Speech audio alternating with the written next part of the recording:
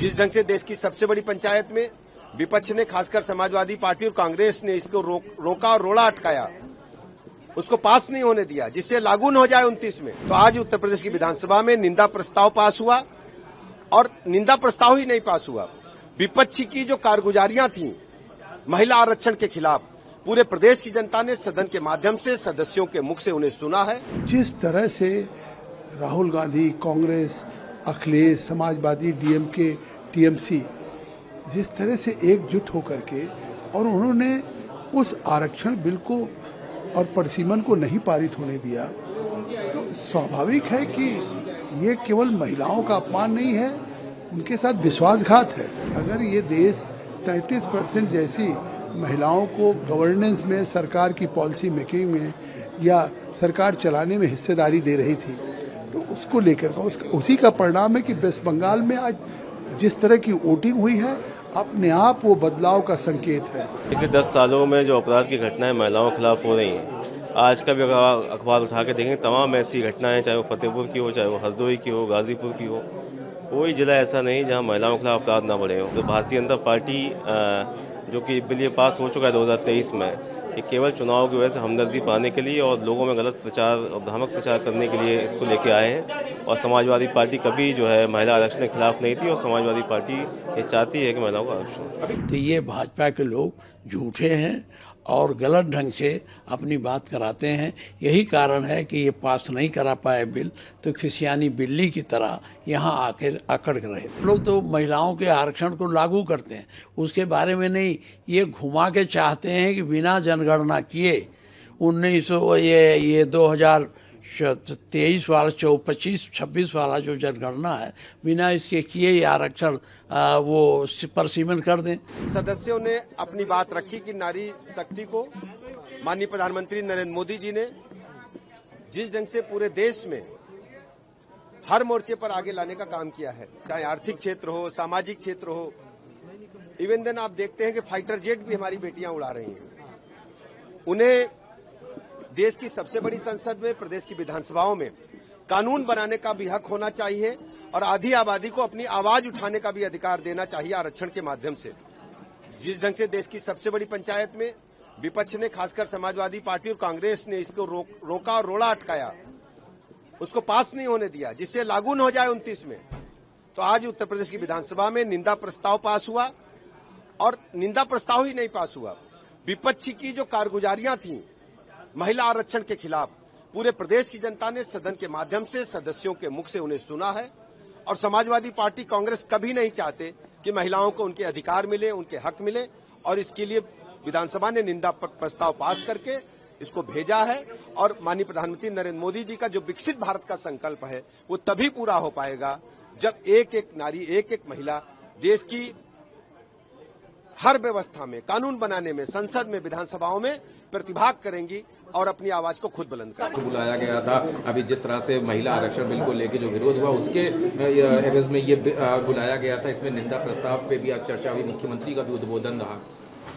देश की आधी आबादी 50% उन महिलाओं को अगर भारत के प्रधानमंत्री नरेंद्र मोदी जी 2029 के चुनाव में 33% लोकसभा में आरक्षण देना चाहते हैं, देश की राज्यसभा जो राज्य की विधानसभाएं हैं उनमें 33% आरक्षण देना चाहते हैं, जिस तरह से राहुल गांधी, कांग्रेस, अखिलेश, समाजवादी, डीएमके, टीएमसी जिस तरह से एकजुट होकर के और उन्होंने उस आरक्षण बिल को और परिसीमन को नहीं पारित होने दिया, तो स्वाभाविक है कि ये केवल महिलाओं का अपमान नहीं है, उनके साथ विश्वासघात है।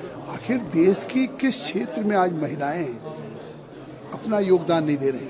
अगर उस विकसित भारत, आत्मनिर्भर भारत की हम कल्पना कर रहे हैं दुनिया में, तो स्वाभाविक है कि अगर ये देश 33% जैसी महिलाओं को गवर्नेंस में, सरकार की पॉलिसी मेकिंग में या सरकार चलाने में हिस्सेदारी दे रही थी, तो उसको लेकर उसी का परिणाम है कि वेस्ट बंगाल में आज जिस तरह की वोटिंग हुई है, अपने आप वो बदलाव का संकेत है।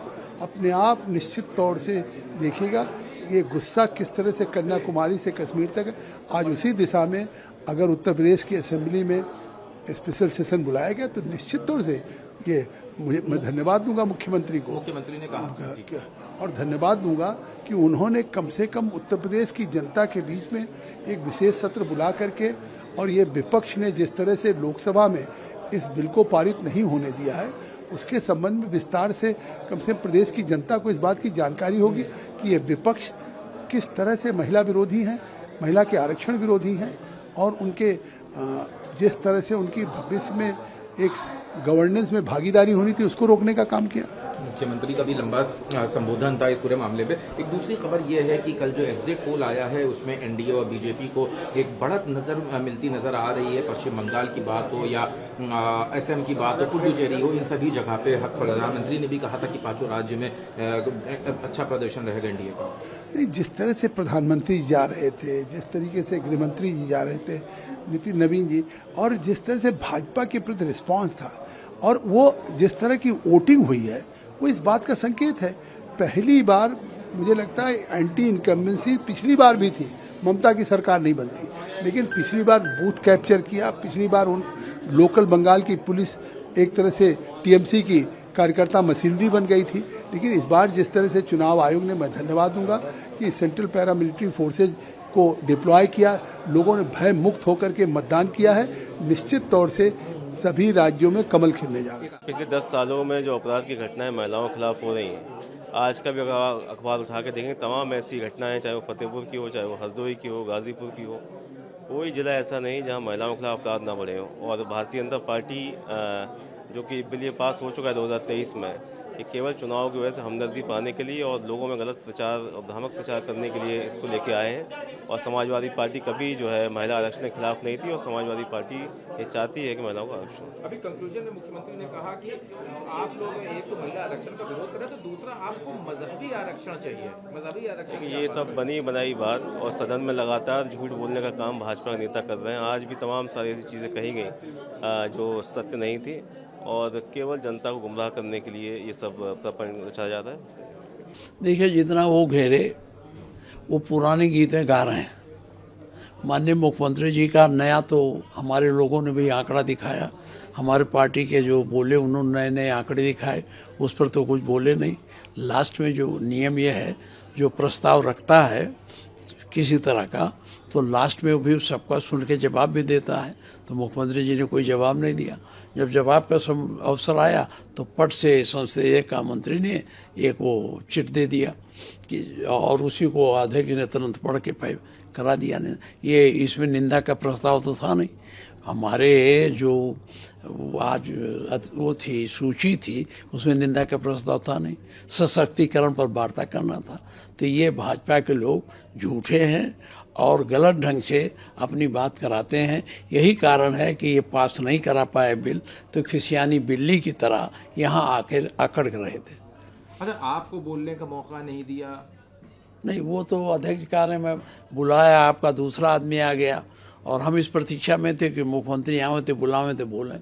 तो ये इधर से उधर टाटते थे, क्योंकि मेरे पास बड़े आंकड़े थे। मैं अगर बोलता तो बहुत पोल खुलता। आंकड़ों की बातें लेकिन उन्होंने बहुत करी। उन्होंने गेस्ट हाउस कांड का जिक्र किया, अरे मैं सब मैं बताता। वो कहने लगे कि आपको जाति आप आरक्षण के विरोध में, आप मजहबी आरक्षण चाहते हैं, मुख्यमंत्री ने कहा। नहीं, मुख्यमंत्री ने मजहबी आरक्षण कहा। धर्म के आधार पर मुस्लिम को आरक्षण नहीं दिया जाएगा। हम लोग कहते हैं मुस्लिम भी जो ओबीसी हैं, जो पिछड़े हैं, दलित हैं, मुस्लिम में भी तो दलित हैं, उनको भी तो देना चाहिए। अच्छा, एक छोटा सा आखिरी सवाल है। आज ये जो विशेष सत्र बुलाया गया, बीएसपी सुप्रीमो मायावती ने इस पे समर्थन किया और कहें ये जो विशेष सत्र है इसका हम समर्थन करते हैं, और महिलाओं का जो आरक्षण है उसको लागू भी किया जाना चाहिए। तो वो समर्थन, तो हम लोग तो महिलाओं के आरक्षण को लागू करते हैं, उसके बारे में नहीं। ये घुमा के चाहते हैं कि बिना जनगणना किए 2023 वाला 25-26 वाला जो जनगणना है, बिना इसके किए ये आरक्षण वो पर सीमन कर दें, तो उसका जो डिलिमिटेशन कर देंगे तो ये अपने मनमाने ढंग से कर लेंगे जब तक पूरे आंकड़े ना आ जाएं। और जातिगत आंकड़ा हो रहा है, कहाँ किस जाति का कहाँ, तब उसका न परसीमन होना चाहिए। मुख्यमंत्री ने कहा कि सपा राज में ऐसा होता था कि सपा बिटिया घबराई, ऐसे उन्होंने बात भी कही। अब देखिए, वो क्या क्या कहेंगे, उनका तो ही आदत है। वो जब उठते हैं तब समाजवादी पार्टी सारे लोगों के नज़रों में अपराधी नज़र आती है, जबकि खुद ये अपराधी हैं, ये लोग खुद अपराधी हैं।